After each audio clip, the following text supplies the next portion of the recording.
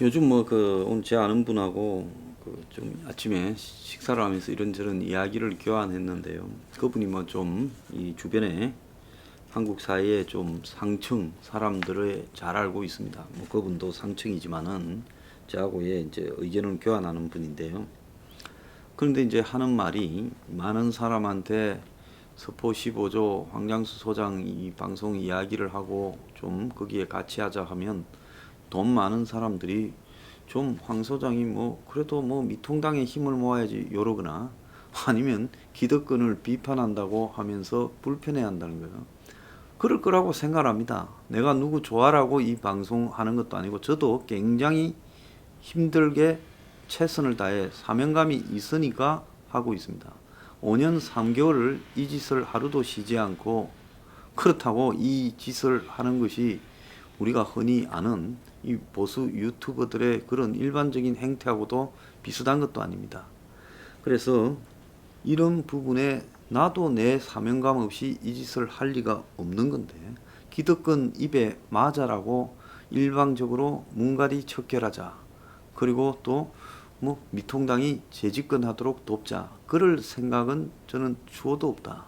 저게 재집권을 했을 때 문가리 정권의 연장이 될 수 있다라는 경고를 제가 하고 있고 또 둘이가 합의해서 개헌 딜로 모든 것이 끝나버릴 가능성이 크다라고 보고 있습니다. 그래서 이제 경제가 붕괴될 거라고 제가 이야기하니까 내 하는 거는 마땅치는 않은데 또 방송은 다들 보는 것 같다는 거예요. 왜? 돈들이 많으니까 경제 붕괴되고 난다면 이거 어떻게 해야 되냐. 그래서 그분한테 묻는데요. 달러 사야 되냐, 금을 사야 되냐, 어떻게 해야 되냐. 그래서 제가 돈은 걱정되고 한국 사회가 경제적으로 붕괴되면 사회적으로도 붕괴되겠지요. 근데 그 이후에 어떻게 될 건지에 대해서는 이 공동체 사회 이론으로 관심이 없잖아요. 자기 돈만 관심이 있죠.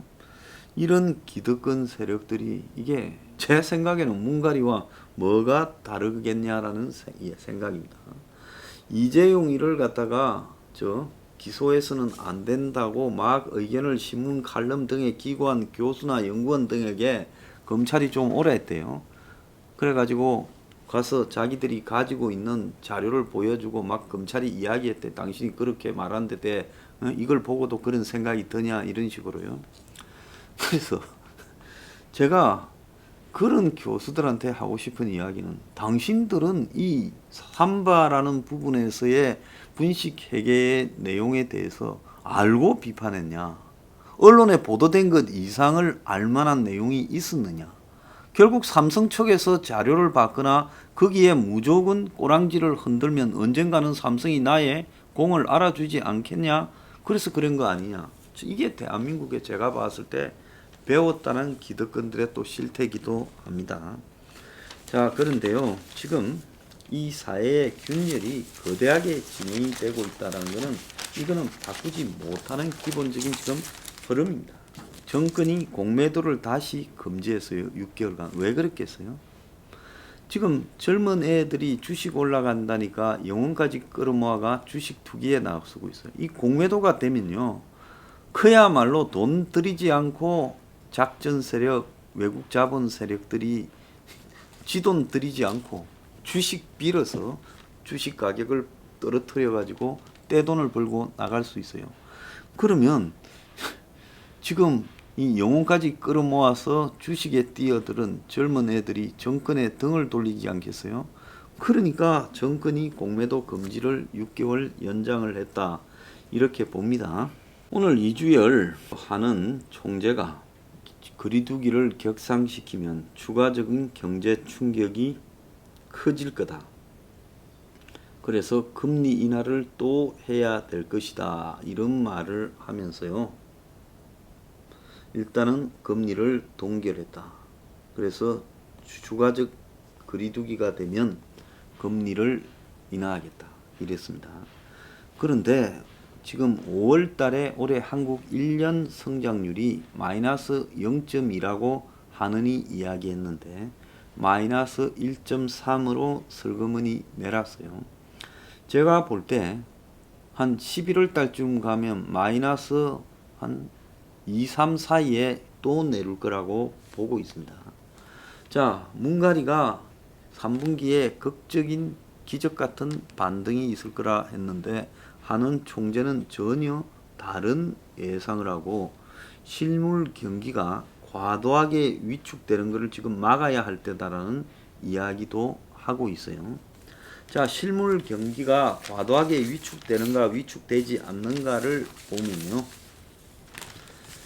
자, 1차보다 독한 2차 팬데믹이 경제 쇼크를 가져오고 있어가지고 지금 어제 매경에 보면 이랜드 외식 점포가 지금 뷔페 식당이 올해 들어 193곳 중에 26군데를 문을 닫았습니다. 백화점 매출이 신세계 마이너스 10, 롯데 마이너스 15, 쇼핑몰 방문객이 급감했는데 스타필드가 마이너스 35, 롯데 월드몰이 마이너스 30이라는 거예요. 그런데 코로나 2차 공습에 자영업이 이제 셧다운에 또 다른 피해를 입을 거다 하는데 지금 번져가는 속도로 봐서는 3차 거리두기, 3단계 거리두기를 하지 않으면 거의 불가능할 거다. 그래서 기업 실적이 급감하고 있다는 겁니다. 전망이요. 그래서 지금 주요 회사 오늘 보면 LG 여의도 본사의 어린이집에 지금 확진자가 있었고 또 어제는 삼성전자 기흥 캠퍼스에 또 확진자가 있었고요. 그래서 하나는 무역 부분에 희망퇴직을 받기 시작했다는 거예요. 그래서 하나 같으면 요즘 잘 나가는 이정권 드럽 기업이죠. 그런데 무역 부분에서 희망퇴직을 받겠다는 것은 수출이나 수입에서 무역 부분이 급감하고 있다는 거고요. 근데 지금 3단계 거리두기가 되면 외식 서비스 자영업자가 직격탄을 받게 될 거고 성장률이 마이너스 0.5로 떨어져도 68만 개의 일자리가 사라질 거다. 그렇게 예측을 하고 있습니다.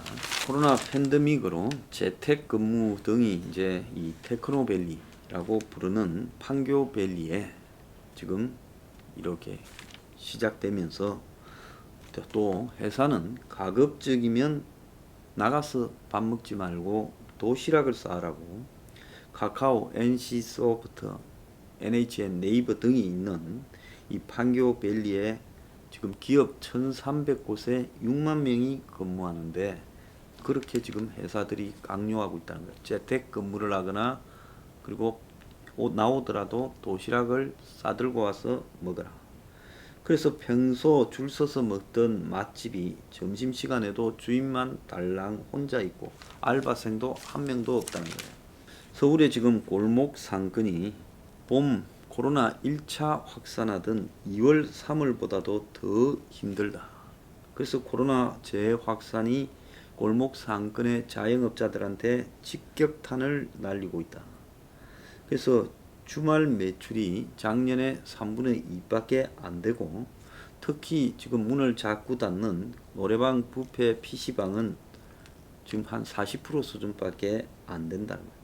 그런데 지금 다시 번져가고 있으니까 대구를 중심으로 또 몇몇 이 업체들만 문을 닫던 이 1차 대확산 때보다 이 2차의 충격이 훨씬 클 거다는 겁니다.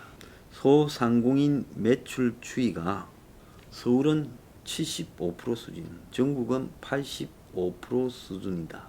이렇게 지금 이야기가 나오는데요.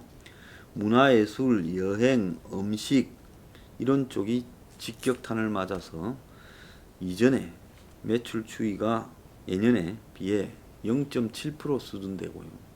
교육, 학문, 스포츠, 레저, 교통, 수송 이런 쪽도 지금 80% 수준이랍니다.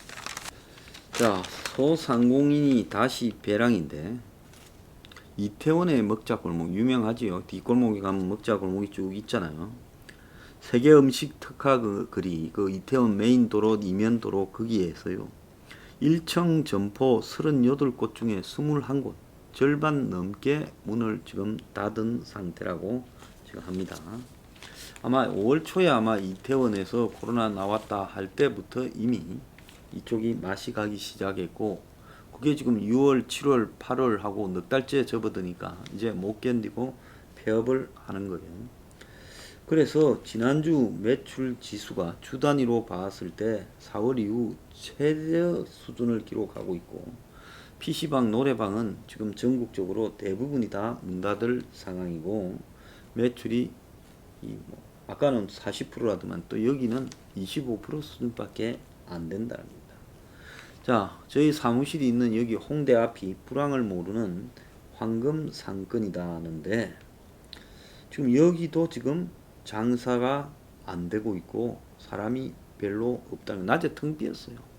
여기도 문 닫은 데가 속출하고 있습니다. 그래서 이제 서울의 황금 상권도 다 사라져 버렸고, 이러다 보니까 3단계 때 들어가면 소비 봉쇄가 될 건데 그때는 다 죽는 것 아니냐.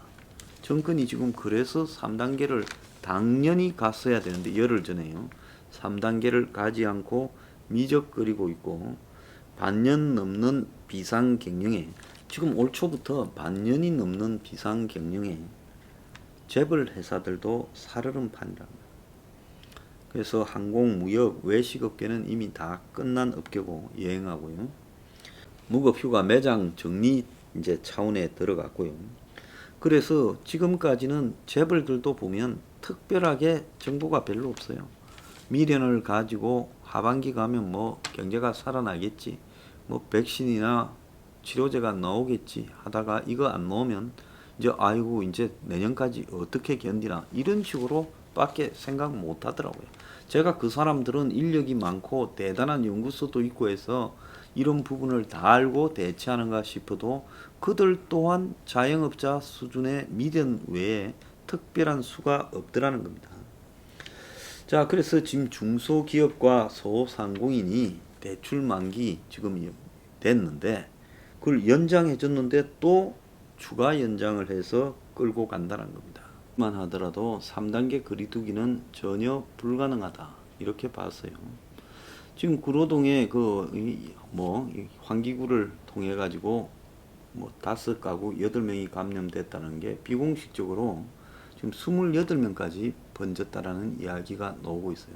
얼마가 더 나올지 모르는데 당황을 했는지 지금 그 기사는 지금 보도가 잘 안 되고 있어요. 자, 그래서 이제 아마 손 쓸 수 없이 번져서 이들도 지금 있는 통제력을 가지고 지금 뭔가를 코로나가 별거 아닌다 이렇게 누르려고 해도 눌러주지 않는 단계에 도달했다.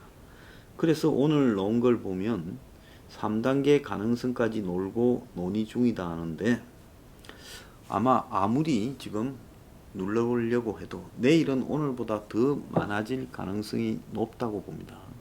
자, 이제 서울이 대구화 되어 가고 있다는 거고요.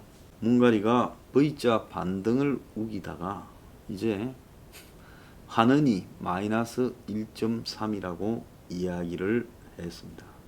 자, 이대로는 되겠어요? 이것보다도 한 3배는 더 나쁠 거다, 이렇게 보고 있습니다.